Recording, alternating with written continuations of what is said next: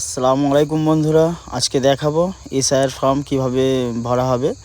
যাদের 2002 সালের ভোটার লিস্টে নাম আছে তাদের জন্য এইভাবে ভরতে হবে। প্রথমে ওখানে ডেট অফ বার্থটা লিখতে হবে, যার হচ্ছে তারপরে লিখতে হবে আধার নম্বরের পর লিখতে হবে ফোন নম্বরটা লিখবেন একটু সুন্দর করে কাটা করে।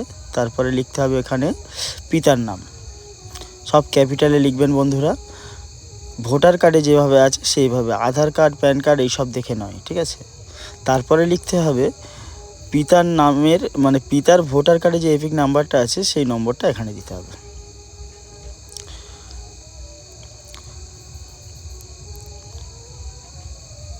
তারপরে লিখতে হবে মায়ের নাম, এখানে মায়ের নামটা লিখে দেবেন, মায়ের এপিক নাম্বারটা লিখে দেবেন, মায়ের আইডেন্টি কার্ডে যে নম্বরটা আছে ওই নম্বরটা এখানে লিখে দেবেন। তারপরে লিখতে হবে এখানে স্বামী বা স্ত্রী, এটা একটা পুরুষের হচ্ছে, সেই ক্ষেত্রে ওনার স্ত্রীর নামটা লিখতে হবে। এখানে ওনার স্ত্রীর নামটা লেখা হবে,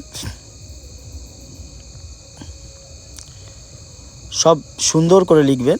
তারপরে স্ত্রীর এপিক নাম্বারটা ওই আইডেন্টি কার্ডের নম্বরটা ওখানে লিখবেন। এবার হয়ে গেল। এবার যেহেতু এনার ভোটার কার্ডে 2002 সালে ভোট দিয়েছেন, সেই ক্ষেত্রে এই বাম দিকের এই ঘরটা ভরতে হবে। এখানে প্রথমে কি লিখতে হবে, ওনার নিজেরই ডিটেলস লিখতে হবে, নিজেরই নাম লিখতে হবে, যা ভোটার কার্ডে আছে সেটা, ভুল থাক আর যাই থাক ওটাই লিখতে হবে। তারপরে ওনার এপিক নাম্বারটা লিখে দিতে হবে। তারপরে ওখানে বাবার নাম লিখতে হবে।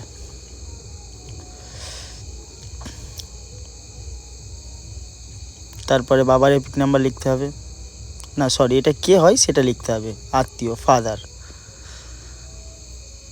তারপরে এখানে জেলা লিখতে হবে, কোন জেলায়। তারপরে লিখতে হবে এখানে রাজ্য লিখতে হবে, ওয়েস্ট বেঙ্গল লিখে দেবেন। তারপরে এখানে বিধানসভাটা লিখে দেবেন। তারপরে এই নিচেতে লিখতে হবে বিধানসভার নম্বর, ক্রমিক নম্বর, এগুলো ওতেই থাকবে, ওইখানে দেখে এটা লিখে দেবেন। ব্যাস, কমপ্লিট হয়ে গেল বন্ধুরা। ভালো করে দেখে লিখবেন যেন ভুল না হয়। সরকারি কর্মচারীরা ভাবে কতক্ষণে ভুল হবে। ধন্যবাদ বন্ধুরা ভিডিওটি